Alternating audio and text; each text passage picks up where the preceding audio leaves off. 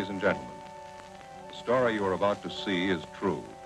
The names have been changed to protect the innocent.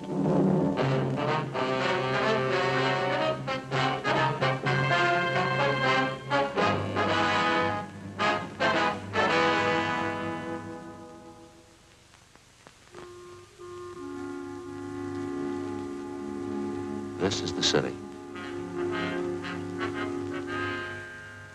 Los Angeles, California. I work here. I'm a cop.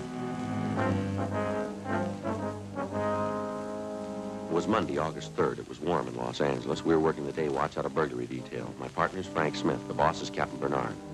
My name's Friday. A rash of burglaries had broken out in the city. Homes had been broken into and stripped of their furnishings. There was no lead on the criminals.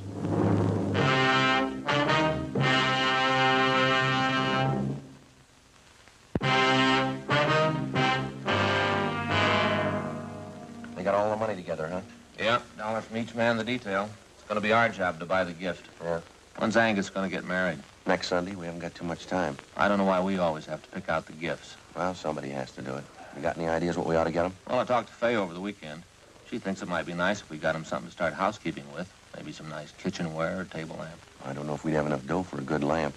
Oh, they might like a bedspread. You can always use them. Maybe a nice wool blanket. Oh, I don't know, Joe. You got to be careful about those personal things. Well, what do you mean? What's personal about a blanket? Well, we don't know much about the girl Angus is going to marry. She might not need it.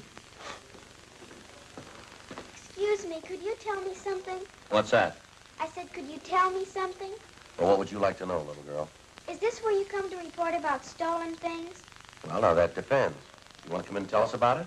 Thank you, I will. You want to sit down, little girl? I'm 10 years old. I'll stand if it's all right. Sure. Now, do you want to tell us what's been stolen? Everything. Huh? Everything's been stolen. We came back this morning and found it that way. Grandpa's awful mad. Mm-hmm. Here, what's your name? Ruth Ann Marie Jeanette. Jeanette? Is that your last name? No, Snyder.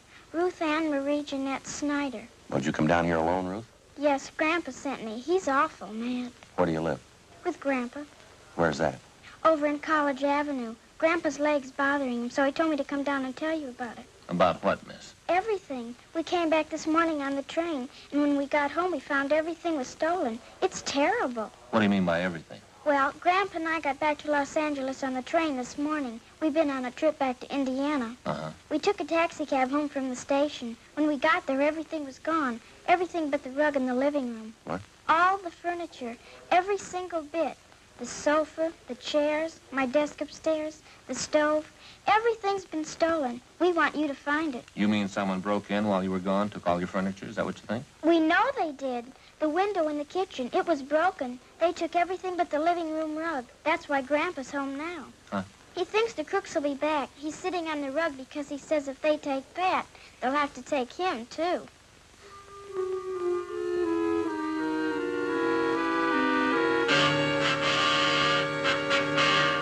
"9:45 a.m. Frank and I drove Ruth Ann Snyder back to her home on College Avenue. It was an old-fashioned wooden frame structure a few doors up from College Avenue and Everett Way. Ruth Ann showed us inside and introduced us to her grandfather, Mr. John H. Snyder, age 78. He told us that a year ago, he and his wife, Ruth Ann's grandmother, had come to California from Indiana and rented the house on College Avenue. The grandmother had fallen ill and passed away suddenly 3 weeks ago. He and Ruth Ann closed the house and took the body back to Indiana on the train for burial. On their return that morning, they found the house stripped of every piece of furniture. We checked room by room, listed the missing articles, and then we put in a call for a man from Leighton Fingerprints. Do you happen to know the serial numbers of your home appliances, Mr. Snyder? No, sir.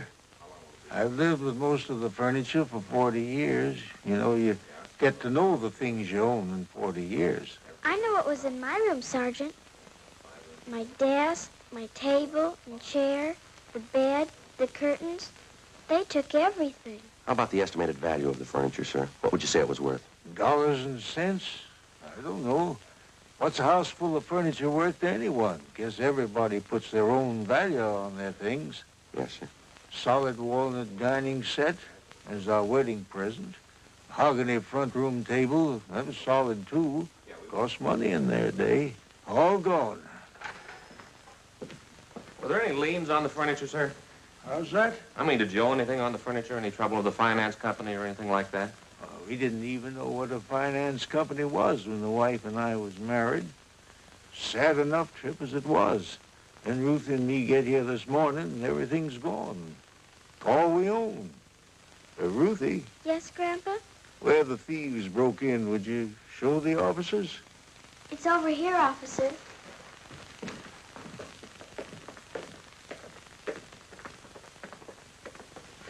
How are you and your grandfather going to get along, Ruthie? Grandpa says we'll buy 2 cots for tonight. Army surplus. No stove to cook on. We'll have to eat out. Mm-hmm. Maybe we'll have to go back to Indiana. Grandpa doesn't have much money.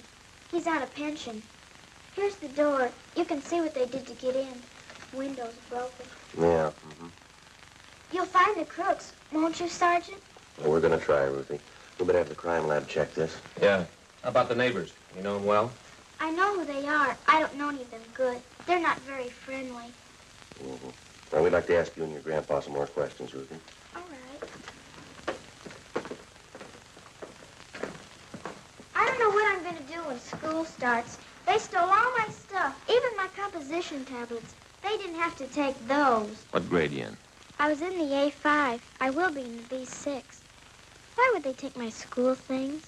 I don't know. You see how they got in back there? Yes, sir, we did. By any chance, did any of your neighbors know that you and Ruth here were going away? Well, I didn't mention it, no. Then no one kept an eye on your house while you were gone. Oh, I didn't figure it was necessary. Might have helped. I just remembered, Grandpa. Mrs. Merton. I told her we were going away. Who's that, Ruth? She runs the store down at the corner, the bird store. What? She sells canaries, other kind of birds, too. Mrs. Merton's her name. Store's right down the corner. And you figure she's the only one who knew you'd be gone from the house for some time? Must have been the only one. All right, Mr. Snyder, we'll be back to see you later on. Here's our card. We'll see if we can't do something to help you out. Smith, Friday, burglar detail. All right, thank you, boy. Ruth will show you to the door. Yes, Grandpa. Goodbye, sir. Goodbye. Oh, say there. Yes, sir? I guess you understand. I'd like to apologize anyway. I just couldn't do it. What's that, sir? Offer you a chair.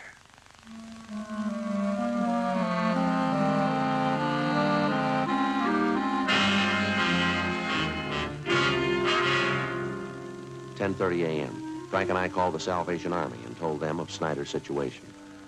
Then we went down the street to the store at the corner of College Avenue and Everett Way. The sign on the window said Mrs. Merton's Birdland. Manager, Agnes Merton.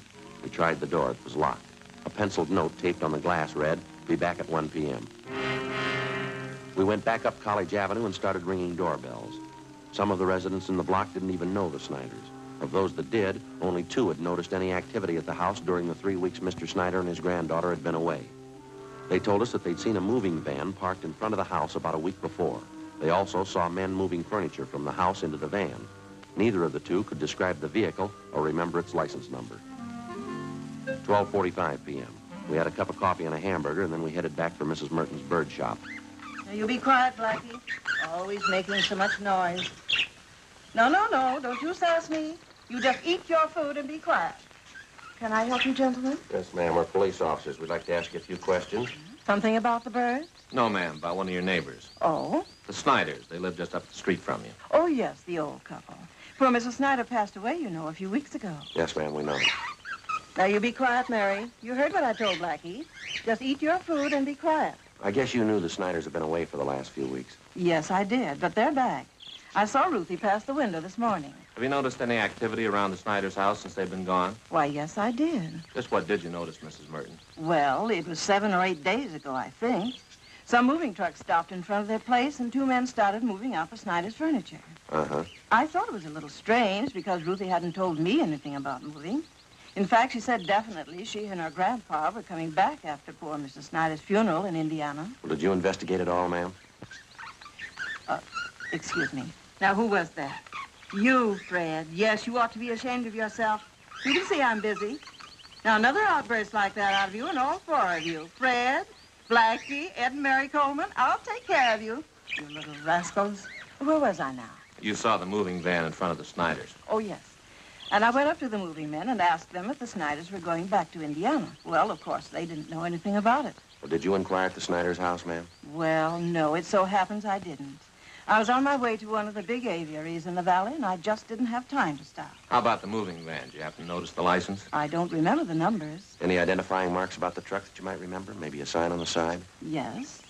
The side of the truck was painted white, and there was large blue lettering on it. Van and storage, it said. I remember that much.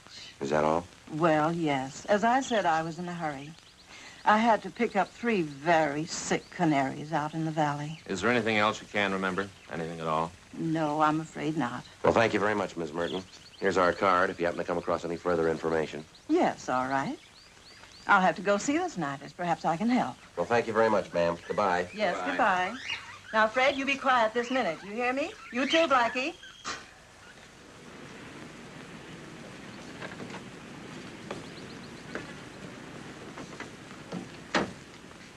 Not much help in there.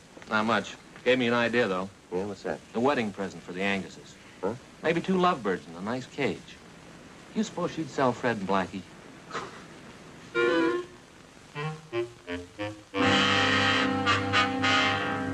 5 p.m. Reports had come in from 2 more burglary victims. That night, Frank and I drove out and interviewed them. The circumstances of the theft and the M.O. of the criminals matched identically with the Snyder case. Both of the families victimized had gone off on vacations and neglected to notify either the neighbors or the patrolmen in their area. Both had allowed newspapers to collect on their doorsteps in their absence and otherwise left signs that their homes were vacant. In both cases, the thieves had forced an entrance through a back door or a window, stripped the house of every last piece of furniture, and either hauled it away themselves or hired someone to do it for them. Again, the neighbors saw the moving vans, but none of them were able to definitely identify the vehicles or their license numbers. 8:45 p.m. Before we went home, Frank and I checked back in at the office. One of the others assigned to the case, Jim Angus, wasn't having any more luck than we were. I guess we're gonna have to try harder, that's all. Done about everything we can so far. We started checking the movers around town, the transfer companies. Leighton Prince come up with anything yet? No luck. Hope we get this thing washed up before my wedding. Just hate to get called back for my honeymoon. Yeah. It's one of the lousiest rackets we've had since I came on this detail. Whole house full of furniture, everything a family owns. How about an outlet for all the stuff that's been stolen? The thieves can't be sitting on it. Pawn shop and second-hand details have been alerted. They're checking regular outlets, auction houses, second-hand places. Nothing yet. What about some kind of preventive idea? At least slow them down. Well, a good dose of publicity on the thing might help. If only people wouldn't keep it a secret when they're going away. The neighbors aren't alerted. That's why a lot of them didn't think much of it when they saw the moving vans parked at those houses. The drawn blinds and the papers on the doorsteps didn't help much either. It's an open invitation. Maybe we ought to see what we can do on the publicity end. We've had one campaign on this already. Burglary, Angus. Yeah? Uh-huh. Well, what's the address?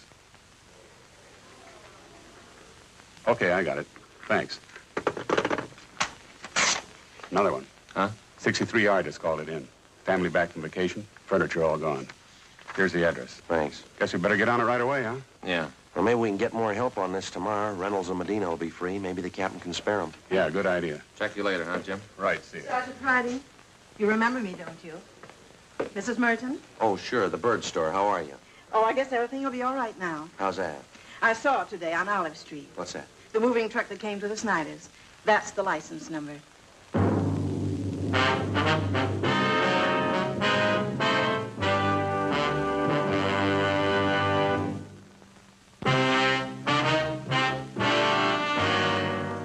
Tuesday, August 11th, 10 p.m. The license number, which Mrs. Merton had given us, was checked through DMV.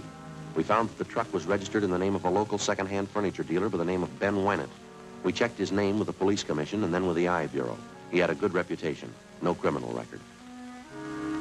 Early the next morning, we picked up Mr. Snyder and his granddaughter, Ruth, and we drove to Ben's used furniture store. We identified ourselves and asked to look at his buy book. Under the date of July 27th, Ben Wennett had recorded the purchase of more than 3 dozen articles of furniture from a house on College Avenue. The address was that of the Snyders. A man and a woman, Sergeant. They said the company he worked for had transferred him to Boston. Told me he had to get back to take over his new job. Would you recognize the people if you saw them again, Mr. Wynant? Sure, I think so. Woman was a great talker. She said they figured on selling the stuff piece by piece. They'd get more. But since they had to leave town the next day, she decided to sell the whole lot to a dealer. You got the furniture for a pretty low price, didn't you? Pretty good price, yeah. That's why I went along on the fast deal. Wasn't going to talk myself out of a bargain. They wanted to sell fast. I wanted to buy. I didn't think anything was wrong. Sergeant, Yes, sir. a walnut dining room set right there. You sure, Mr. Snyder? Cigar burn on top. I'd know it anywhere. I see. And this looks like mine, too. Sergeant, my table and my desk. Here they are, right here. My school stuff, too.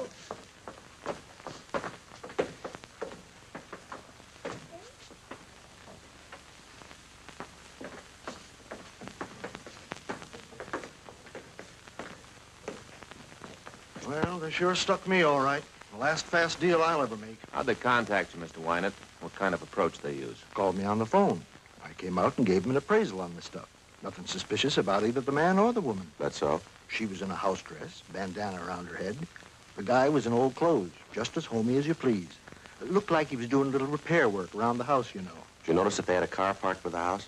No, as a matter of fact, I didn't. There wasn't any in the driveway. The woman said they had other business to wind up. So if they weren't at the house when I came back with the van, why, she'd leave the back door open for me. I guess you realize we'll have to place a hold on this furniture that you bought. Yeah, I know.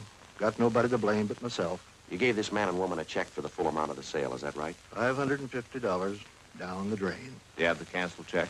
No, not yet. If you like, you can probably get it from the bank. Don't imagine those crooks would waste any time cashing it. We'd appreciate it if you'd run down to the bank with us now. Okay, Sergeant. I'll have to get somebody to mind the store. I'll meet you down there. Fine. Sergeant, I wonder if I could speak to Mr. Wynant. Sure, go right ahead. Mr. Wynant? Yes, sir? I'm sorry about all this. I didn't know. Mr. Wynant, you buy furniture, don't you? Yes, sir? What do you give me for 2 Army surplus cots?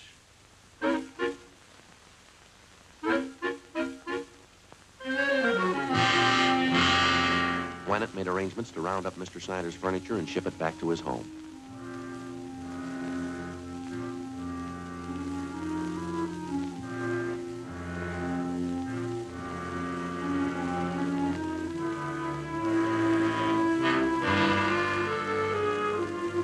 We met down at his bank where he recovered the canceled check for $550. The endorsement read, Mr. Thomas Butterworth. According to the bank teller who waited on them, the suspects had cashed the check shortly after the sale of the Snyder's furniture. From the second-hand dealer and the clerk at the bank, we got a complete description of the man and woman known as Mr. and Mrs. Butterworth. We also had photostatic copies made of the check and specimens of the handwriting from the endorsement. From their descriptions, we checked the suspects through the stats office. We got nowhere. During the next 2 weeks, we found 6 more second-hand dealers who'd been taken in on the same furniture deal. The description of the man and the woman matched, and so did the handwriting in the endorsements on each check. There was only one variation. The couple went under a different name on each occasion. Wednesday, August 26th, 9 a.m. 12 cases like this to date. That what you got? That's it. Got their description, M.O., handwriting. Still can't reach them. Those thieves have been freewheeling for a month now. What's it going to take to stop them? Well, I had an idea coming to work this morning. I'd like to hear what you think about it. What's that? Kind of a system of decoys. Thinking it might be a good idea to contact all the division captains, have them ask their men if they have any neighbors going on vacation. Uh-huh. Go ahead. Well, if we could get a few dozen houses spotted around the city, we could plant a few things, make them look vacant. We'd keep the houses covered at all times. They ought to make pretty good bait for the thieves. Yeah. Sounds okay. How would you set it up? We could make arrangements to get a key to each home, keep the milk and paper deliveries coming, let them pile up on the doorstep. We could reimburse the people for whatever it cost. Well, we're not making much speed the way we're going. We could try this for a couple of weeks and see what happens. What do you think? Let's try it. 9:30 a.m. After checking with Captain Bernard, we contacted all division commanders, requesting them to ask their men to contact burglary detail if they knew of any of their neighbors about to leave on a vacation. During the next 2 days, the response came in and the plan went into effect. 40 homes throughout the city were spotted as decoys. They were kept under surveillance at all times. In the week that followed, 2 more burglaries of the same type were reported, but the suspects failed to try any of the decoy homes. Again, the homes that had been broken into displayed all the usual signs that the occupants were away. Old circulars and newspapers scattered on the lawn, milk bottles lined up at the door, all the blinds drawn. The decoy plan continued. No result. August 31st, we had a report of another burglary involving the theft of furniture. We made our investigation. 2 p.m., we went back to the office to get out the list of stolen articles. Hi, Frank. Joe? Oh, Angus, when'd you get back from your honeymoon? Late last night. Say, Thelma and I'd sure like to thank all you fellas for that wedding present you sent us. Darn nice of you. Well, we're glad you like it, Angus. Sure a beauty. I'd like to ask you a question about it, though. Hope you won't take it wrong. No, go ahead. Well, what is it? You have an early American house, don't you? Yeah, that's right. Well, it's an antique. Yeah, I know that. It's an automatic apple peeler. One of the first ever built. Oh. Sure. Thanks a lot. I'll get it. Burglary Friday. Yeah, where? Yeah, I got it. Right away. Thanks. One of the decoy houses. Yeah. We got a bite.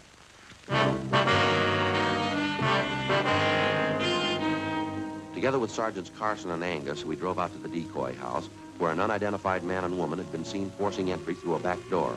They'd been spotted by a police officer's wife who lived next door and who had called in the report.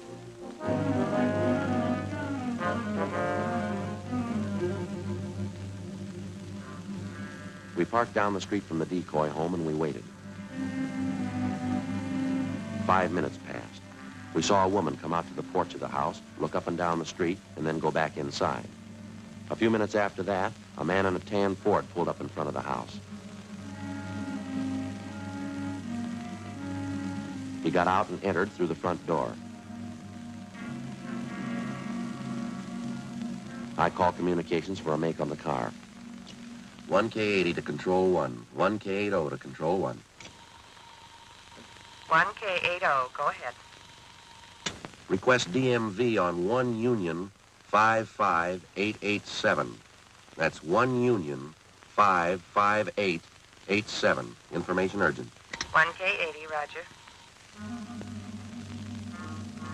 We waited. There were no signs of activity from the decoy house. 2 minutes after I put in the call, we got our make on the car. 1K80. 1K80. 1K80, go ahead. 1 Union 55887. A 1950 model Ford two-door sedan. Engine number B31G148453. Registered to Kenneth Dunbar. Legal the same. 1K80, roger.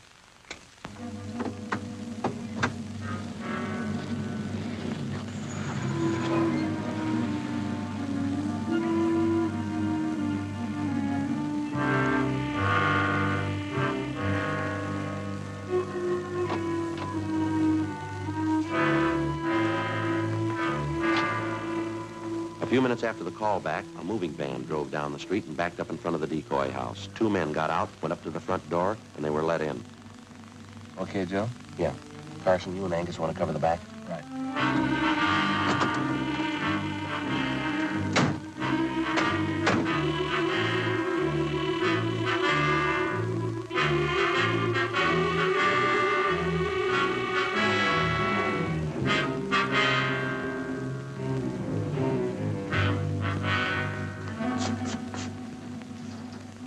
Yeah, you want something? Police officers. Can the cops run again? Hey, wait. Let go of me, let me go! All right, lady, relax, will you? Oh, look at him, the big stoop. I told him it couldn't last forever. I told him a week ago, let's get out. No, he had to try once more, the big dumb stoop. All right, lady, let's go. We'll take him, Angus. Catch me, please. You better get that shirt fixed. Huh? Come on, lady. Yeah.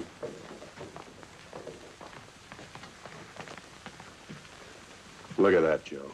Lipstick all over me. Uh-huh. Doesn't look very good, does it? No, it doesn't. What are you going to tell your new bride? I got nothing to hide. I'll tell her the truth. Mm-hmm. Why not? She'll believe me. Won't she, Joe?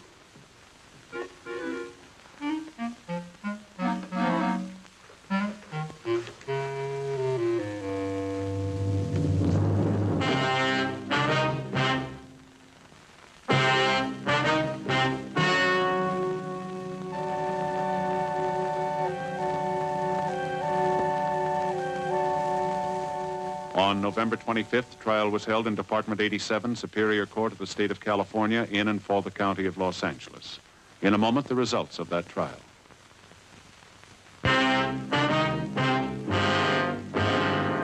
The suspects were tried and convicted of burglary in the second degree, 15 counts. Burglary in the second degree is punishable by imprisonment in the state penitentiary for a period of not less than 1 nor more than 15 years.